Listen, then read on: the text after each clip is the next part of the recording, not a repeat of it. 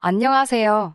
저는 지금 6살 된 아들을 키우고 있는 30대 후반의 여자입니다. 제 전 남편과 시댁 이야기를 좀 해볼까 해요. 제 직업은 초등학교 교사입니다.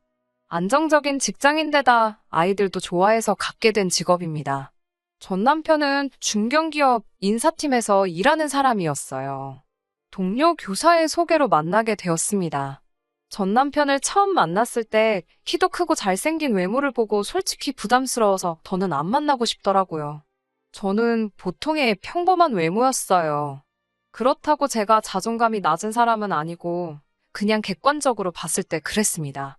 처음엔 전 남편의 연락도 밀어내고 거절하고 그랬는데 그럼에도 불구하고 계속해서 적극적으로 다가오는 전 남편의 태도에 저도 결국 조금씩 마음을 열게 되었네요. 사귀다 보니 생각보다 잘 통하고 서로 비슷한 부분도 많고 해서 결혼 이야기까지 나왔습니다. 하지만 결혼 이야기가 나왔는데도 전 남편은 도통 저를 시댁에 소개시킬 생각이 없어 보였습니다. 결국 제가 먼저 전 남편에게 언제 데리고 갈 거냐고 했더니 사실은 자기가 임대 아파트에 산다면서 그래서 좀 그렇다고 하더라고요. 제가 그런 게 뭐가 중요하냐고 난 그저 당신이 어디서 어떻게 사는지가 궁금할 뿐이라고 했습니다. 저는 진심으로 전 남편이 얼마나 잘 사는지가 궁금한 게 아니라 가족 간의 분위기라고 할까요? 제 경우 친정부모님이 사이도 정말 좋으시고 제게 많은 사랑도 주셨거든요.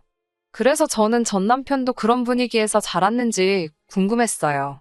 그리고 얼마 후 시부모님이 좋아하신다는 소고기와 과일을 사서 시댁으로 가게 되었네요.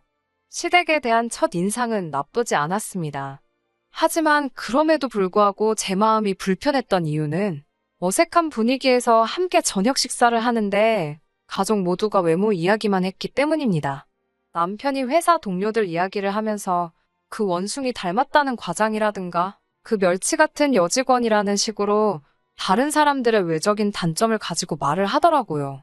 그동안 저랑 사귈 때 제 앞에서 그런 식으로 얘기한 적은 없었기 때문에 좀 놀랐고 약간 실망도 했습니다.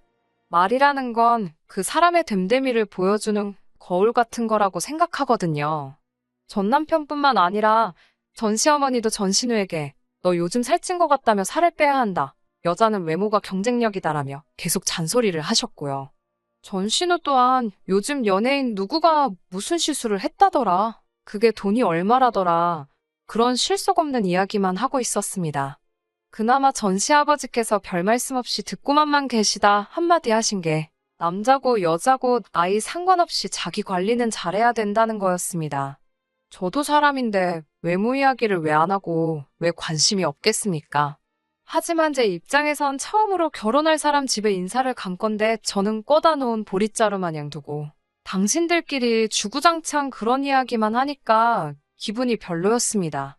그래도 최대한 내색하지 않고 얌전히 있었는데 그런 저를 보시곤 전 시아버지께선 그래도 생글생글 잘 웃으니까 봐줄만 하네 그러셨어요. 칭찬 같지 않은 칭찬을 듣고 기분이 정말 나빠서 사실 그때 이런 사람하고 결혼하는 게 맞나 싶긴 했지만 또 외모 이야기를 빼고는 적어도 결혼식을 올릴 때까지 저에게 직접적으로 상처 주는 말씀은 한 적이 없었습니다. 그런데 결혼식을 올리고 한두 달쯤 지나서 그때가 시어머니 생신 때였습니다. 전 시어머니가 생일상 같은 거 차릴 필요 없다고 어디 괜찮은 식당에 가서 온 가족이 밥이나 한 끼 하자고 하셔서 케이크랑 꽃다발 싸들고 갔습니다. 그날도 주제는 여지없이 외모였어요. 전 신우가 저를 흘끗 보더니 키 작은 사람들은 안 됐어. 옷을 아무리 잘 입어도 태가 안 나잖아 그러는 거예요. 분명히 저를 보고 나서 그런 소리를 하니까 기분이 별로더라고요. 그래도 설마 싶어서 따로 반응은 안 하고 속으로 신경 쓰지 말자 그러고 있는데 전 시어머니가 전 남편과 전 신우에게 그러니까 니들은 부모한테 감사해야 돼. 돈이라는 건 있다가도 없는 거지만 키랑 외모는 타고나지 않으면 안 되는 거니까 라고 하셨습니다. 이때는 솔직히 나 들으라고 하는 소리구나 하는 확신이 들었어요. 그러더니 전신우가 절 보더니 갑자기 혼자 낄낄거리더라고요. 그래서 제가 좀 정색을 하면서 왜 절 보면서 웃으세요? 하고 물었어요. 그러자 전신우가 한다는 말이 결혼식 때 보니까 사돈 어른들도 다 키가 작더라. 라면서 부모님이 밉지 않아? 라고 물어보더니 저한테는 대답할 틈도 안 주고는 그래도 내가 보기엔 다들 조그만해서 가족들이 너무 귀엽더라 이러는 거예요. 이게 욕이지 별게 욕인가 싶더라고요. 그런데 정작 전신우는 아주 자긴 아무것도 모른다는 표정으로 해실해실 웃으며 그러니까 더 환장하겠더라고요. 집으로 돌아오는 길에 남편한테 신우가 왜 그런 소리를 하는지 모르겠다 그러니까 귀여워서 귀엽다 그랬겠지. 혹시 너 무슨 자격지심 같은 거 있어? 이러는 거예요. 제가 어이가 없어서 무슨 자격지심? 이라고 되물으니까 자긴 제가 성격이 무던한 줄 알았는데 좀 예민한 것 같다는 거예요. 그래서 제가 만날 자기 가족들 만날 때마다 외모 이야기밖에 안 하니까 없던 자격지심도 생기겠다고 했습니다. 남편은 자기 가족이 언제 외모 이야기만 했냐면서 그리고 아무래도 요즘 세상의 외모가 경쟁력은 맞으니까 그런 거 아니겠냐고 상황을 대충 모면하려고 하더라고요. 그래도 이 정도면 제가 이혼까지는 생각 안 했을 거예요. 막상 남편도 자기 가족들하고 있을 때는 정말 정이 떨어질 정도로 똑같이 행동했는데 가족들 빼고 저랑 있으면 또 언제 그랬냐는 듯이 연애하던 시절의 그 모습으로 저한테도 엄청 잘했었거든요. 그런데 저희가 임신 준비를 하면서 진짜 사이가 틀어졌습니다. 결혼하고 신혼을 1년 정도 즐기기로 한 건 맞는데 약속한 신혼생활 1년이 지나고 날짜 맞춰 시도를 했는데도 아이가 들어서질 않더라고요. 주변에서는 급하게 생각할 거 없다고 하지만 전 시부모님이 워낙에 손자 얘기를 자주 하셔서 부담스럽기도 했고요. 그러다 얼마 전 명절에는 진짜 황당한 일을 겪었습니다. 시댁으로 모여서 저녁 식사를 마치고 이제 슬슬 집에 가려고 하는데 전 시어머니가 잠깐만 더 있다 가라고 저희를 자꾸 잡으시더라고요. 그래서 왜 그러시나 했더니 늦은 밤 모르는 손님이 한 분 오셨습니다. 알고 보니 시어머니께서 저를 진맥하신다며 한의사를 부르셨더라고요. 더 어이가 없는 건 제 진맥만 하고 남편 진맥은 안 했습니다. 한의사 선생님도 제가 황당해하는 모습을 보시곤 몹시 난처해 하셨습니다. 한의사 선생님은 몇 번 제 맥을 짚어보시더니 혹시 요즘 스트레스 받는 일이 많냐면서 마음을 편하게 가지라고 하시더군요. 요즘 세상에 스트레스 안 받고 사는 사람이 어디 있나요? 그리고 입장 바꿔놓고 시댁에서 저런 대우받고 같은 상황이었다면 그 어떤 긍정적인 사람일지라도 없던 스트레스도 생기지 않겠어요? 거기에 다른 사람도 아니고 시부모님의 신우까지 정말 온 시댁 식구가 있는 데서 맥을 짚히고 있는데 속상하고 억울했습니다. 그래서 한의사 선생님께 임신을 저 혼자 하는 것도 아닌데 왜 남편 맥은 안 잡냐고 하니까 시어머니가 어이없다는 듯이 야, 네 남편을 봐봐라. 인물 좋고 키도 크고 그런데 무슨 문제가 있겠냐? 괜히 남 탓할 생각하지 말고 저더러 관리 좀 해라. 라고 하시더군요. 며칠 뒤 저는 남편을 데리고 병원에 갔습니다.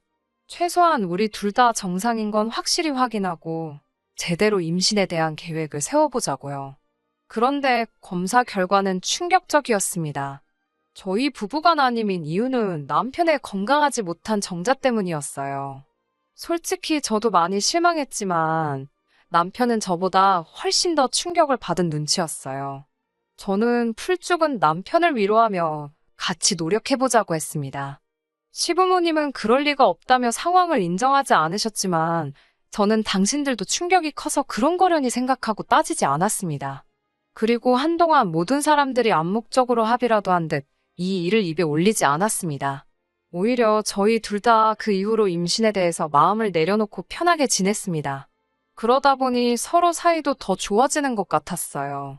그래서인지 그렇게 노력해도 생기지 않았던 아기 천사가 저희를 찾아와 주었습니다. 너무나 기뻐서 얼른 어른들께 알려드리고 싶었지만 초기에는 조심하는 게 좋다고 해서 말을 아끼고 아꼈어요. 그러다 임신 8주가 되었을 무렵 남편이 시부모님의 등살에 못 견디겠다며 저랑 상의도 없이 시댁에 먼저 소식을 전했습니다. 바로 시부모님이 저희 사는 집으로 찾아오시더니 역시 우리 아들이 그럴 리 없다며 이럴 줄 알았다고 의사놈들이 돌팔이지 그동안 고생 많았다며 남편 등을 두드려 주시더라고요. 저한테는 아무런 말도 없이 오직 자기 아들만 챙기는 시부모님을 보고 있자니 부모가 자기 자식 자랑스러운 거야 당연하겠지만서도 저 역시 같이 노력하고 견뎌왔는데 조금 서운하기도 하고 씁쓸하기도 했습니다. 임신 소식을 전하고 얼마 지나지 않아 시아버지 생신이 돌아왔어요. 몸도 안 좋고 또 병원에서도 안정을 취하는 게 중요하다고 했기 때문에 집에 있고 싶었습니다. 하지만 전 시어머니와 전 신우가 제 임신도 축하할 겸 온 가족이 모이려고 만든 자리인데 주인공 중에 한 명이 빠지면 어떡하냐고 그냥 잠깐 얼굴이라도 비추고 가라고 하더라고요. 그래서 어쩔 수 없이 시댁에 갔는데 도착한 지 얼마 되지 않아 배가 아프더니 하혈이 시작되었어요. 놀란 제가 전 남편을 불렀고 그대로 119를 타고 응급실에 갔습니다.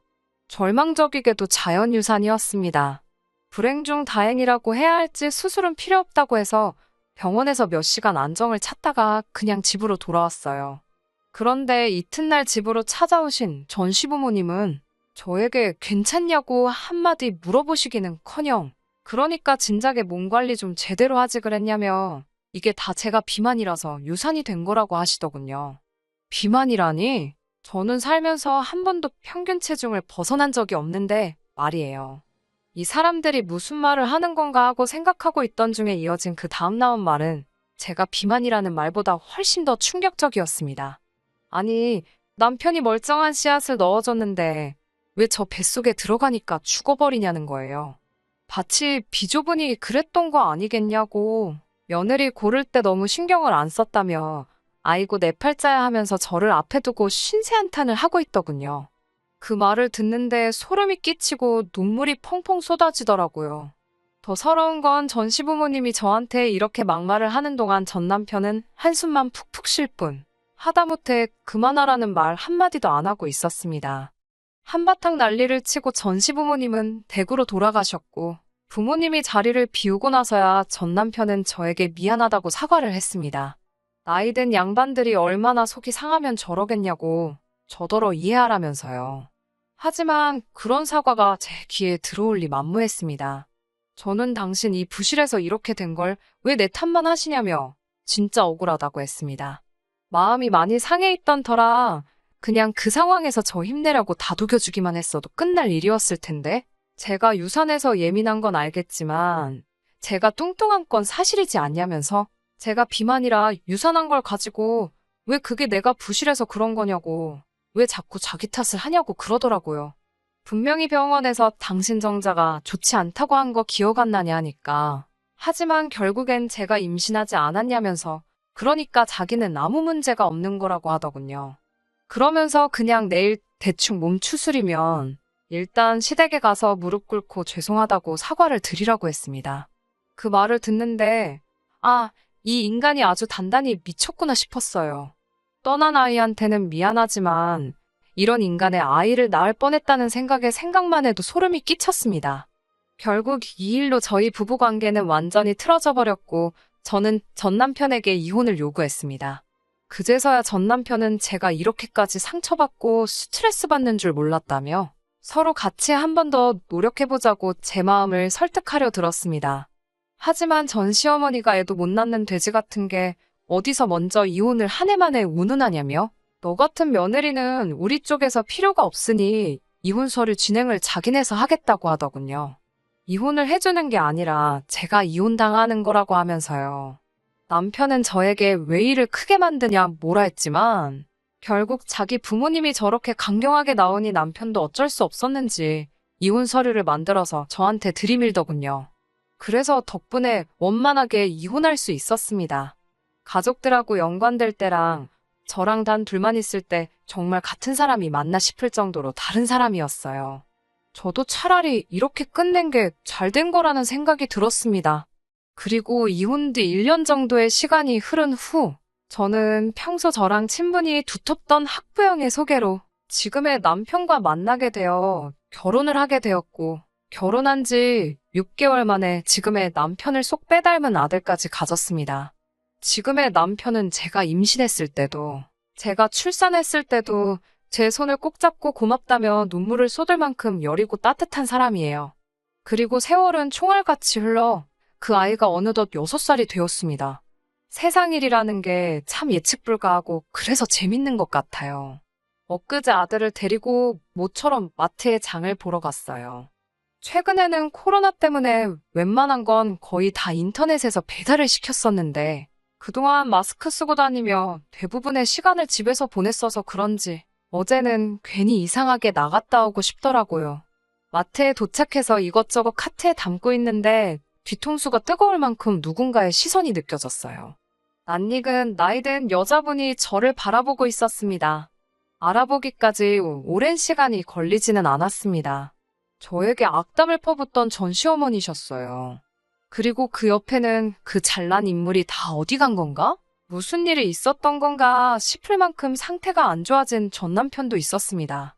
남자던 여자던 자기관리, 외모관리가 가장 중요하다고 하던 집안인데 수염도 며칠을 안 깎은 건지 듬성듬성 나 있고 머리는 길게 길러 떡져 있는 게 한동안 씻지도 않은 것 같더라고요. 짐작이지만 저처럼 재혼은 못한 것 같더군요. 그리고 그 둘 다 제 손을 꼭 잡고 있는 제 아들을 바라보고 있는 듯 싶었습니다. 속으로 무슨 생각을 하고 있었을까요?